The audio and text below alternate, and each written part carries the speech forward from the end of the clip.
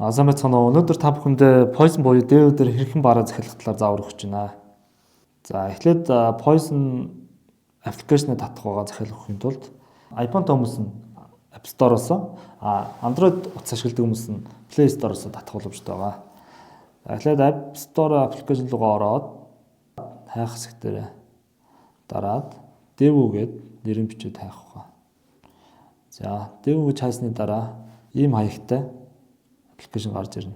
Тэгээд аппликейшнийг татаад суулганаа.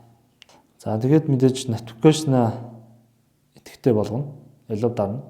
Энэ яадаг вэ гэхээр таны бараа бүтээгдэхүүн дэлгүүрээс гарах, дэлгүүрээс тань руу бичиж чат янз бүрийн урамшуул тэр юмыг тань мэдэгддэг учраас notification асуулттай боловч.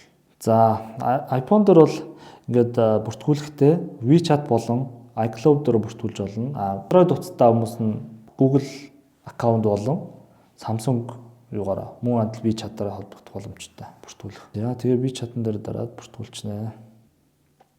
Ингээд accept and continue гэдгийг дараад за hello.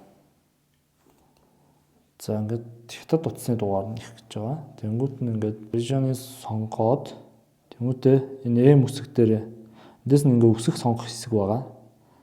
Тэнгүүт нь M үсэг дээр нь дараад Mongolia гэдгийг харж байгаа сонгочихноо. Тэгээд өөрийнхөө утасны дугаарыг бичиж байна. Тэгээд ийм гарч ирэнгүүт нь пазлыг бас библүүлээд за тэгээд утасанд чинь 60 секундын хугацаатай мессеж ирнэ. Тэргээ 60 секундэд багтааж хийгээд баталгаажуулчихнаа. Тэрөө танд мессеж ирэхгүй бол дахин илгээх гэдэг энэ дээдлийнх нь энэ хэсгээр дараад за хэрвээ болохгүй байвал буцаад iCloud тэ хэсгээ сонгоод бүртгүүлчихнэ. Мод дугаараа хийгээд за мод puzzle-ыг нэвлүүлээд баталгаажуулах кодоо гэдэг ингээд орох байгаа.